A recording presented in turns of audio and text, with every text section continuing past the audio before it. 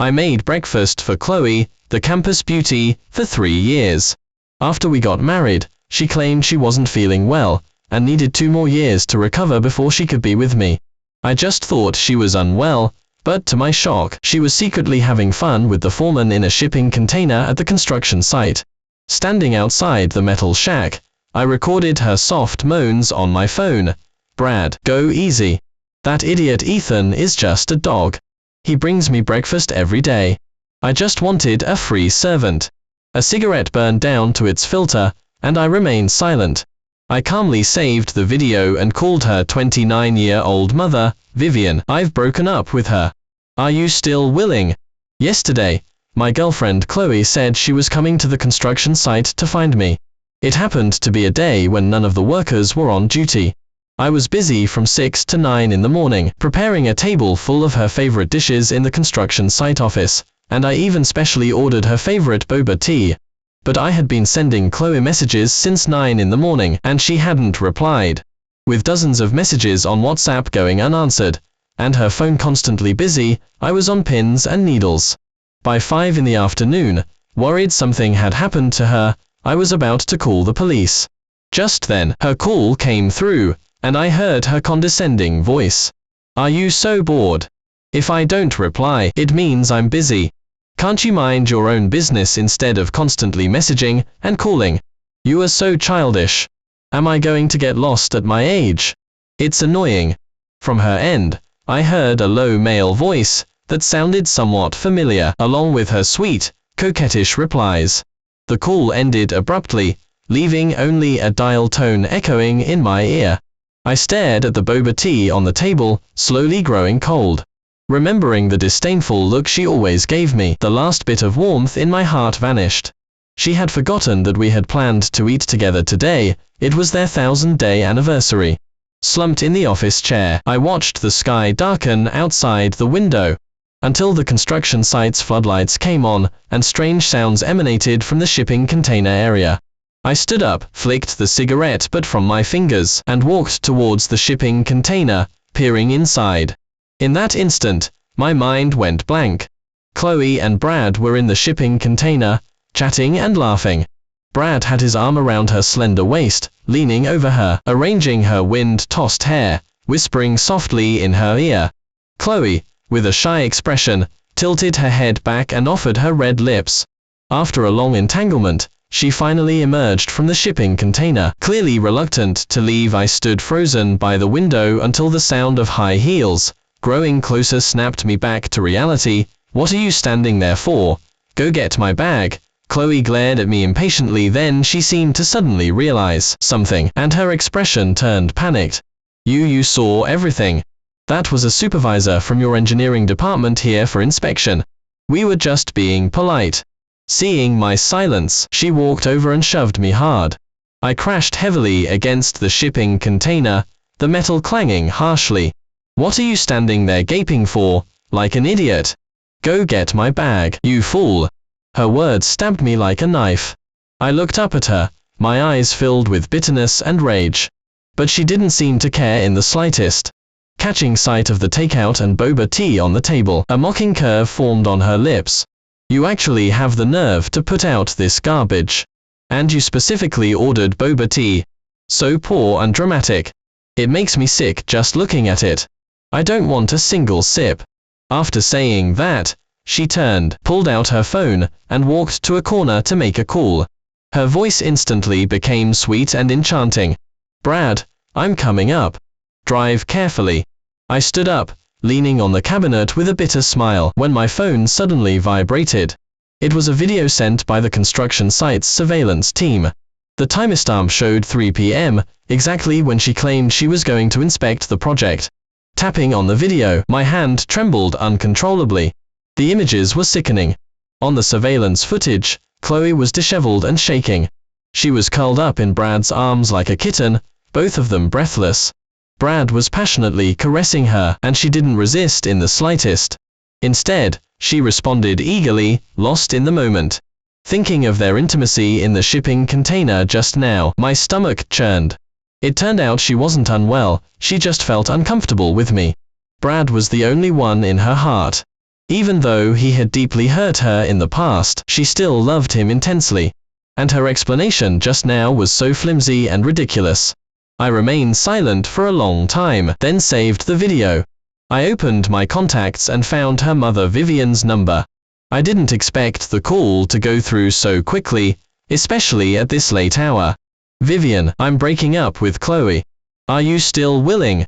I was prepared for rejection, but then I heard a soft voice on the other end say, "Come find me."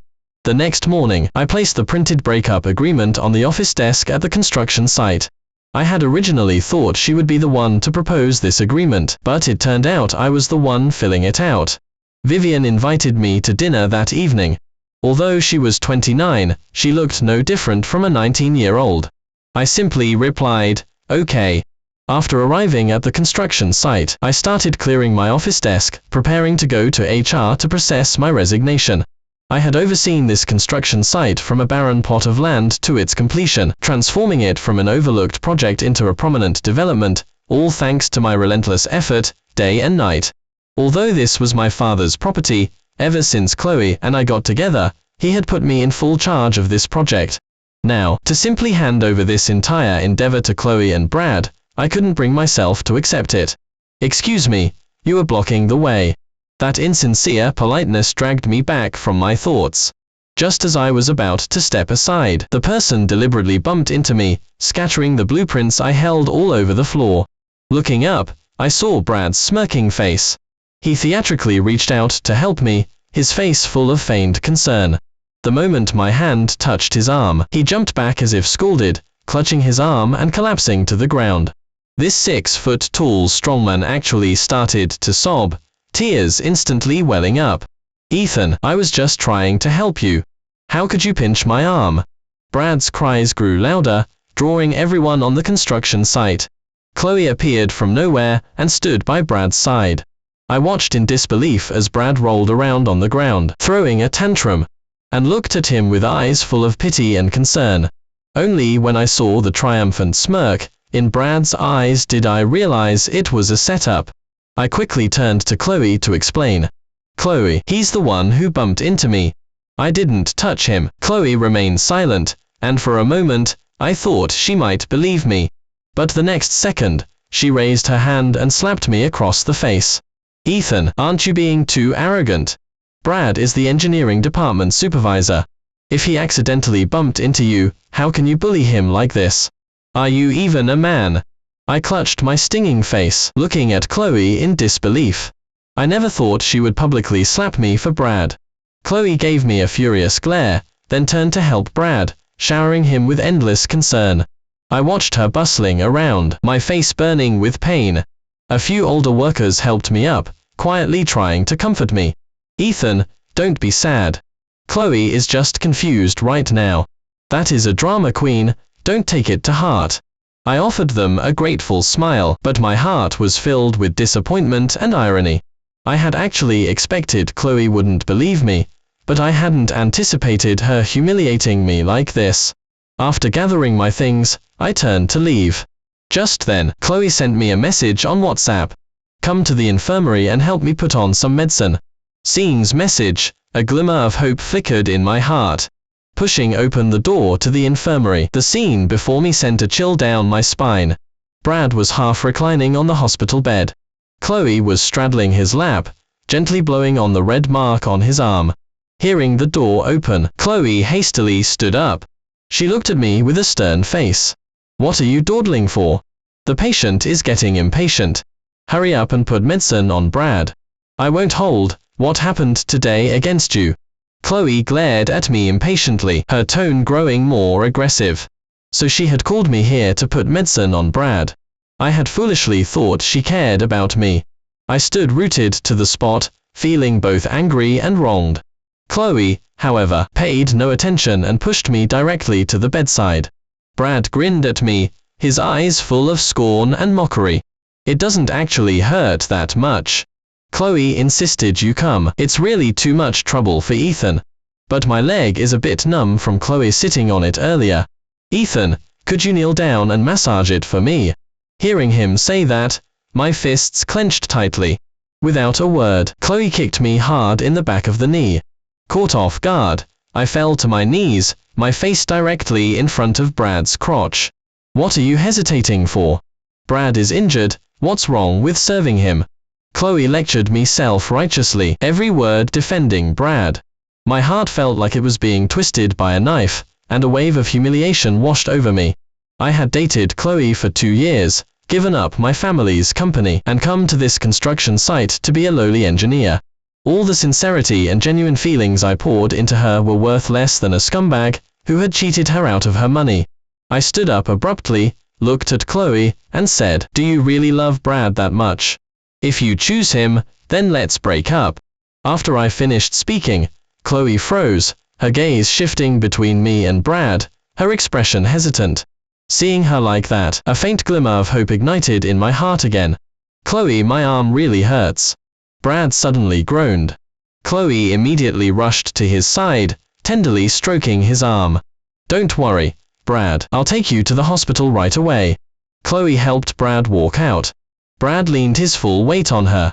As he passed me, he sneered, "Ethan, who do you think you are? Do you really believe Chloe would choose you?" I silently watched them leave, the last shred of expectation in my heart fading away like smoke, my fingers slowly unclenching. I opened my phone and sent my resignation letter in the workgroup chat. Since had already chosen Brad, there was no need for me to endure this abuse any longer. Let everything end here. That evening, I invited Vivian over for dinner at my place. I specifically prepared a table full of dishes she loved, all extra spicy Tex-Mex cuisine. Unlike Vivian always looked at me with a smiling face, never just playing on her phone or zoning out. "Ethan, your cooking is wonderful. Will you cook for me every day from now on?" Vivian gazed at me gently, her eyes full of sincerity. It was the first time I truly felt cherished, so this is what genuine reciprocity felt like. Just then, my phone rang. It was Chloe. I no longer wanted to deal with her, my heart had long since died. Vivian glanced at me and smiling, answered the call for me. "Ethan, it's raining outside. Come pick me up. Hurry up, and bring some food too. Brad is injured and can only eat bland things." Chloe hung up after speaking. A heavy silence fell between Vivian and me. After a long silence, Vivian softly asked me, "Ethan, are you planning to pick her up?"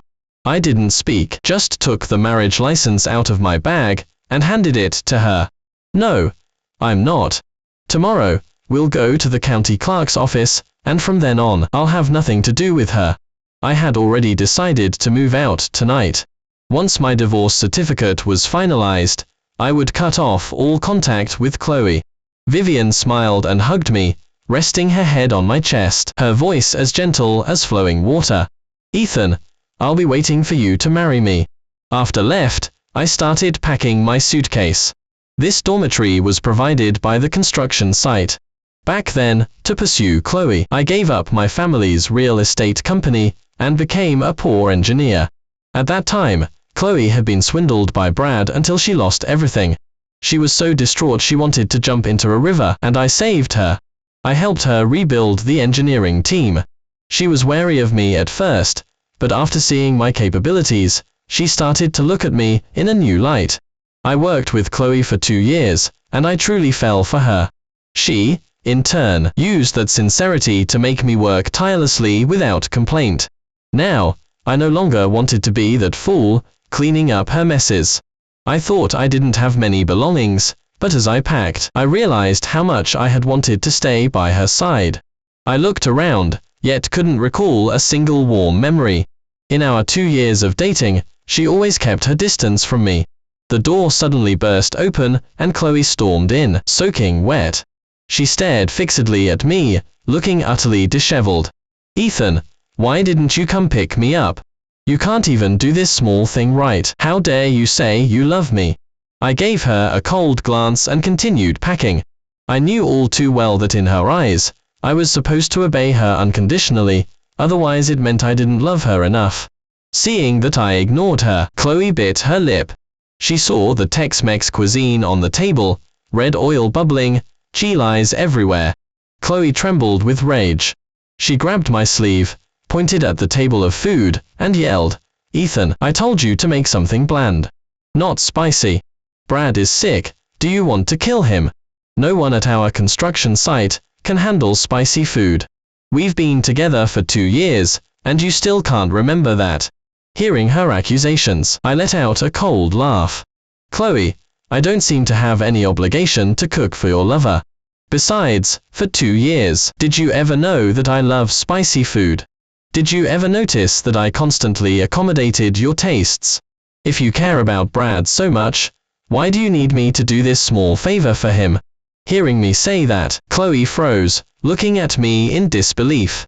It was the first time I had ever spoken to her like that. I shook off her hand, and dragged my suitcase to the door. "Chloe, sign the breakup agreement. Go live happily with Brad, and don't come looking for me again." Hearing my resolute words, Chloe panicked. "Ethan, stop messing around. Brad and I are really just colleagues." Seeing that I was unmoved, she grabbed my arm. "I won't force you to apologize to Brad anymore. Just stop being mad at me, okay?" Chloe had never taken my words seriously. Even now, she thought I was just throwing a tantrum. Perhaps because of this, she quickly let go of me, glaring impatiently. "Go ahead and throw your fit. Come back when you are done. I'm very busy lately, I don't have time to play games with you. Plus, I have to take care of Brad." Chloe turned to leave, completely unconcerned about my departure. Suddenly, her phone rang. It was Frank, the construction site supervisor. "Chloe, did you break up with Ethan? The news just announced that Knightley and Davis are merging. Ethan is actually the heir of Knightley. Now the 2 big groups are going to acquire our construction site. If we don't do something, we are going to go bankrupt. Chloe, go beg Ethan. Otherwise, everyone at our construction site will be finished." Chloe froze in place, slowly turned around, and stared at me motionless. I didn't respond to Frank's words, nor did I bother with Chloe. "You are really Knightley, heir. Ethan, you actually colluded with Frank, trying to use your identity to trick me into falling for you." Chloe looked at me with utter contempt. She thought this was a lie I had concocted. I picked up my suitcase and walked towards the door without looking back. Chloe had no intention of stopping me. She immediately turned and called Brad, and I heard her continuously complaining about my unreasonable behavior. The next morning, the moving company transported my belongings to a downtown villa. My father unfroze my assets and told me to bring my fiancée home for dinner. My mother held Vivian's hand, looking at me with a beaming smile. "Ethan, all these years, I still think you and Vivian are the best match. I had originally fallen out with my family because I didn't want to marry Vivian. Vivian also didn't want to marry me. Neither of us had feelings, so how could it have a good outcome? But later, when I went to Vivian for help with the construction site, she didn't refuse me. From then on, we gradually became closer. After paying the bill, Vivian stood beside me, occasionally glancing at me. "Ethan, we are childhood sweethearts, right?" I thought for a moment, then smiled and nodded at her. While the waiter turned away, Vivian suddenly stood on her tiptoes and kissed me, then whispered, her face flushed, "I've had a crush on you for so many years, from high school until now, even longer than you liked Chloe." Hearing her say that, I was stunned. I had never imagined Vivian had liked me for so long. When she previously agreed to marry me, I thought she was just drunk, but I didn't expect. Just as I was about to touch her face, Chloe suddenly burst in. She saw the expression on Vivian's face and yelled at me, through gritted teeth, "Ethan, how dare you cheat on me?" Hearing her accusation, I turned around coldly. Brad was following behind Chloe, both holding hands. Brad wore a smug grin. It seemed he'd had a good time. "Chloe, what business is it of yours? Vivian was always my fiancée, and you are just a cheating ex-girlfriend." I finished speaking coldly and was about to lead Vivian away, but stood still, observing Chloe and Brad with interest.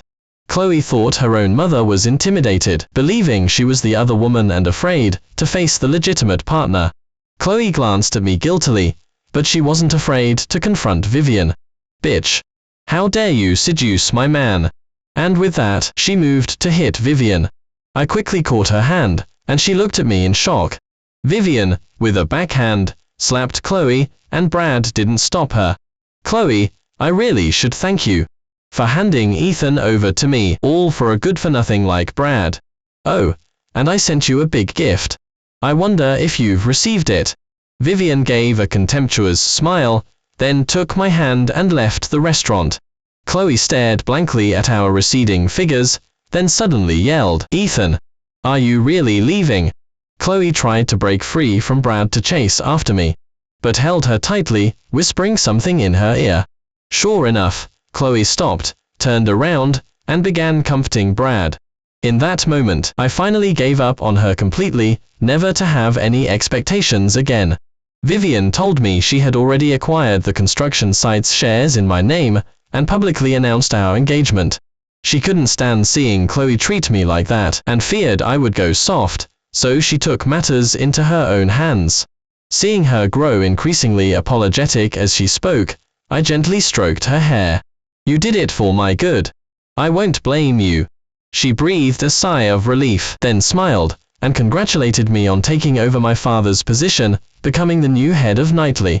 Actually, even if she hadn't intervened, I would have personally acquired the construction site, as it was a place I had nurtured from the ground up.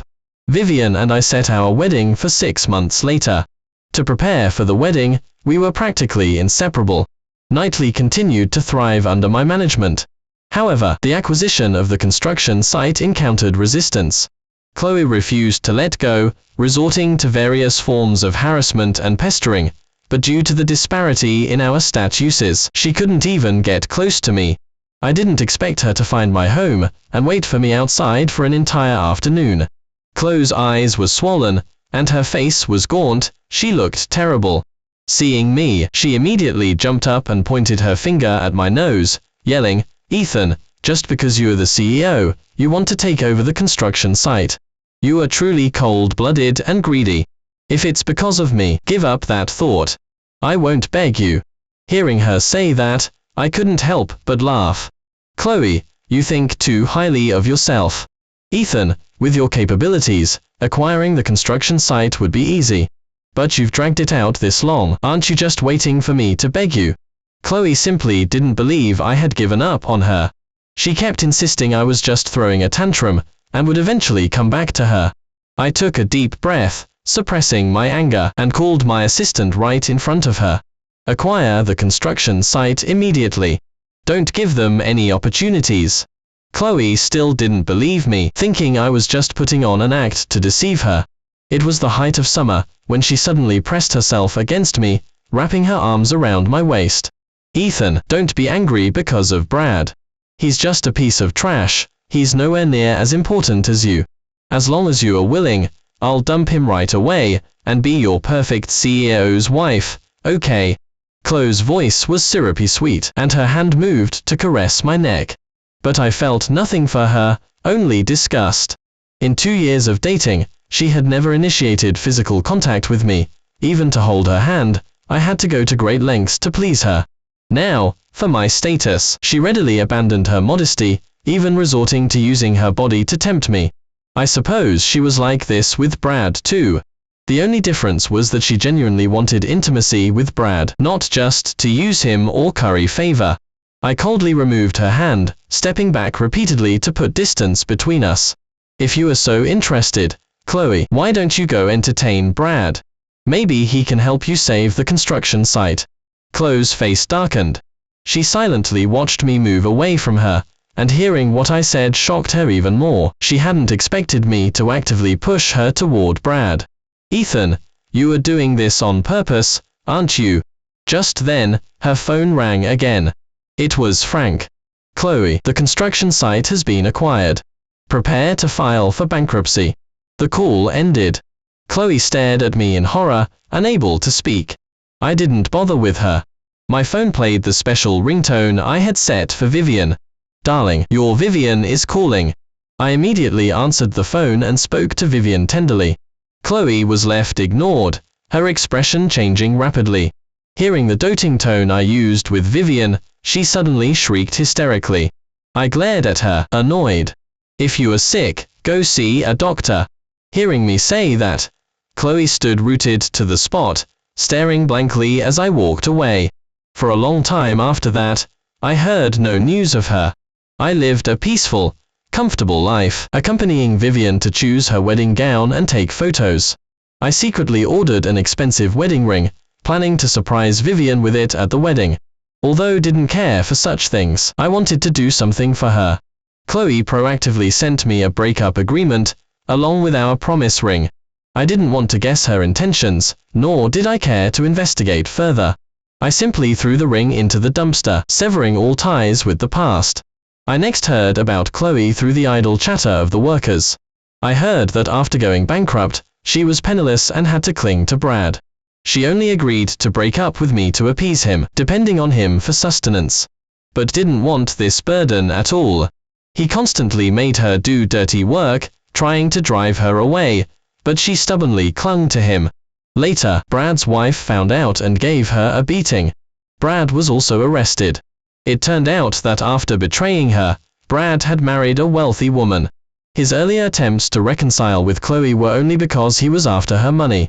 Now she had nothing, reduced to a menial laborer, looking completely disheveled and miserable. Hearing about Chloe's current situation, I was shocked. The girl I once held in the palm of my hand was now so wretched. But what did it matter to me? I only wanted to live a peaceful life, but things didn't go as planned. Chloe came looking for me again. With the wedding imminent, I worked overtime every day until very late, just so Vivian and I could enjoy our honeymoon in peace. I didn't finish work until 1 a.m., dragging my exhausted body out. Suddenly, someone rushed into my arms, calling out, "Husband!" I thought it was Vivian waiting for me, and was about to embrace her, but then I smelled a strong odor of cooking oil. Looking down, I saw it was Chloe. Her eyes were teary, and she had soaked my clothes with her crying. I pushed her away in disgust, smoothing the wrinkles from my clothes, just as she had once done to me. Chloe froze. Seeing my reaction made her burst into even louder sobs. Noticing I was about to leave, she hastily pulled a thermos from her bag. "Ethan, you must be hungry, finishing work so late. Try my homemade noodle soup, it's delicious." Chloe smiled triumphantly at me, deliberately showing me her reddened, scalded hand, her eyes still red. "Chloe, it's just cooking a meal. What's there to show off about a minor burn? Before I lose my temper, leave now. I'm going home to be with my wife." Chloe couldn't stand my indifference any longer, and finally erupted. "Ethan, I cook for you, and you don't care, you even mock me.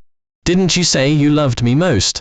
How dare you love that bitch without my permission after we've been together for so long? If you just eat this bowl of homemade noodle soup, I'll leave, okay?" Chloe was still relentless, stuffing the thermos into my hand, refusing to let me go. I finally lost my patience, and slapped the food out of her hand. The homemade noodle soup from the thermos spilled all over the ground, splashing onto her clothes. "Why? Didn't you say you loved my homemade noodle soup the most?" Chloe asked me, her eyes brimming with tears. Actually, her cooking was terrible, but I had loved her so much before that no matter how bad her food tasted, I thought it was heavenly. I replied coldly, "The noodles are mushy. How can I eat them?" Only then did Chloe see that the noodles on the ground were a sticky, shapeless mess. Her face turned pale. She wanted to apologize, but I cut her off. If I liked something before, does that mean I have to like it forever? I looked indifferently at her resentful gaze, and walked away, ignoring her. As I passed her, I heard her quietly sobbing. But what did it matter to me? She was the one who drove me away, she was the one who mocked me, and now she was the one begging me to come back. Back home, Vivian was asleep on the sofa, the living room lights still on. She had told me she would always leave a light on for me, no matter how late. And I believed her. Hearing the movement, Vivian woke up. She looked at me groggily, her voice soft. "Husband, you are back so late. Are you hungry? I can make you some homemade noodle soup." Although we hadn't had the wedding ceremony yet, we had already gotten our marriage certificate. From then on, she loved calling me husband, and I was used to calling her wife. These were all things Chloe had never given me. She wouldn't let me call her wife, wouldn't let me hold her, and certainly wouldn't let me kiss her. No need, I've already eaten. My assistant brought me something. We are getting married soon. You should rest well and not always wait up for me. I gently kissed her forehead, then immediately pulled away.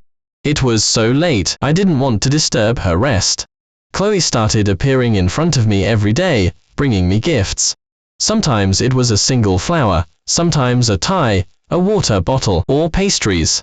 I distributed all of them to my colleagues. Chloe wouldn't give up. She stopped me again as I was leaving work. Why don't you want the things I give you? Do you really hate me that much? I scoffed, looking at her indifferently. Yes, I do hate you, my esteemed ex-wife. What's the point of pretending to be so affectionate now? Didn't you complain before that I was too controlling, saying I was petty and incompetent? Now that I've divorced you and set you free, you should go after your Brad. Why are you clinging to me? Chloe's eyes were red, her voice choked, and her face was full of panic. No, Ethan, I never wanted to break up with you. That con artist Brad tricked me. I was blinded by him, otherwise I wouldn't have lost myself. In truth, I've always loved you, not Brad. I apologize to you. Can we start over? I gave a cold laugh. What she saw as beautiful memories were nothing but pain to me, and I had no desire to go back. I pushed her away in annoyance, my face grim.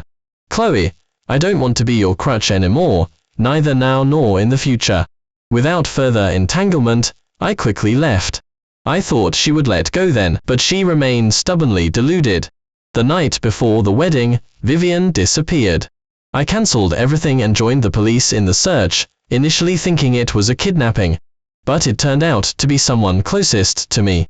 In the video, a distorted-faced Chloe drugged Vivian in the fitting room with a towel, then stuffed her into a dumpster and took her away. Because his appearance had drastically changed, passers-by couldn't recognize her, which served as her perfect disguise. Chloe demanded I meet her alone, or she would kill Vivian. The current Chloe was insane, delirious, and couldn't be easily provoked. I went to the abandoned factory armed with self-defense weapons, with police officers ambushed outside, ready to provide backup. Ethan, you are finally here. A hoarse voice reached me. I turned and saw a disheveled and gaunt Chloe. She hadn't given up pursuing me, she wanted to use Vivian to blackmail me. When she saw Vivian trying on the wedding gown, she completely lost control, resorting to kidnapping Vivian by such means. Chloe's eyes lit up when she saw me, but then she saw me staring at Vivian and suddenly screamed madly. Ethan, can't you look at me? Don't just pay attention to that bitch. While yelling, Chloe pressed a knife against Vivian's neck. Vivian was jolted awake by the pain. She looked around blankly, then quickly understood what was happening. Husband, don't worry about me. Let the police rescue me, you'll be in danger. Hearing her say that, my heart ached as if pierced by a knife. Even though she was tied up, she was still worried about my safety. Vivian had always been like this. From childhood, she had given me the gentlest love, yet I had wasted so many years, giving my best youth to Chloe. Shut up. Bitch, don't call him husband. You are not married to him, you have no right. Chloe screamed hysterically. Vivian's neck was cut in several places, bleeding profusely. Chloe, calm down. Let go. I'll agree to anything you want. I tried to calm her, to make her let go of her hatred. Chloe seemed swayed. She gazed at me with a longing look, slowly lowering the knife. Ethan, post something on Twitter right now, cancel your wedding with this woman, and marry me tomorrow. I pulled out my phone without hesitation and did as she said. As I typed, I walked towards her, uttering sweet words. I've always loved you, never changed. It was my fault before, I shouldn't have hurt you like that. Chloe's face broke into a smile.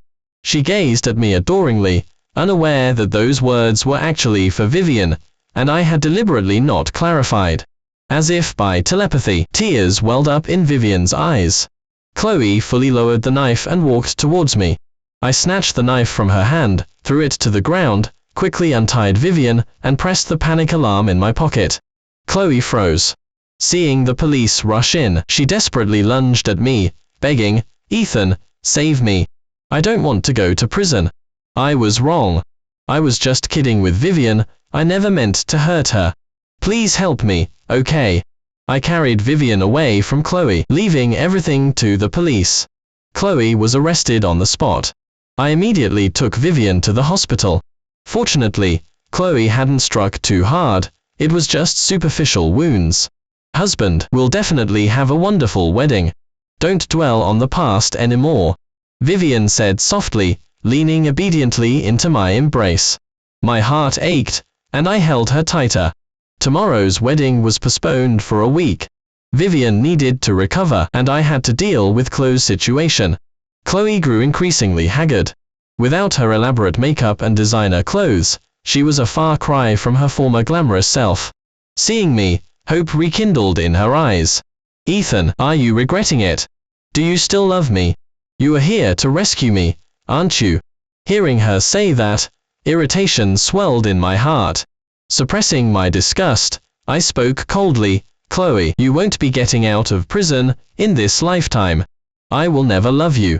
Not in this lifetime, not in the next." I had already instructed my lawyers to ensure Chloe spent the rest of her life in prison. Chloe couldn't believe it. She said frantically, "Ethan, you must be joking. Brad is gone. I'll only be good to you for the rest of my life. Please come back, okay?" I didn't bother with her words. Even now, she was living in a fantasy, all she wanted was an obedient servant. After leaving the prison, I brought my work home, and spent every day with Vivian, watching her complexion gradually improve. We never mentioned Chloe, as if she had never existed. A week later, we held our wedding, receiving countless blessings, and also Chloe's suicide note. Chloe took her own life the day before the wedding, leaving me only a letter. Vivian looked at me and softly asked, "Do you want to read it?" I glanced at the letter on the table and shook my head. There's no undo button in life, and no chance for a do-over. One must look forward. Since that relationship had long ended, there should be no lingering attachment. Chloe chose her own path, and I wouldn't accept her belated affections. Now I have my own home and a bright future, the pain of the past won't trouble me anymore. My love, we'll be happy forever. I gently embraced Vivian and kissed her lips. I believe that after weathering life's storms, only bright sunshine awaits me. That concludes this episode. Thank you for joining me. When faced with betrayal, would you compromise or fight back? Share your thoughts in the comments below. Subscribe to the channel so you don't miss the next episode.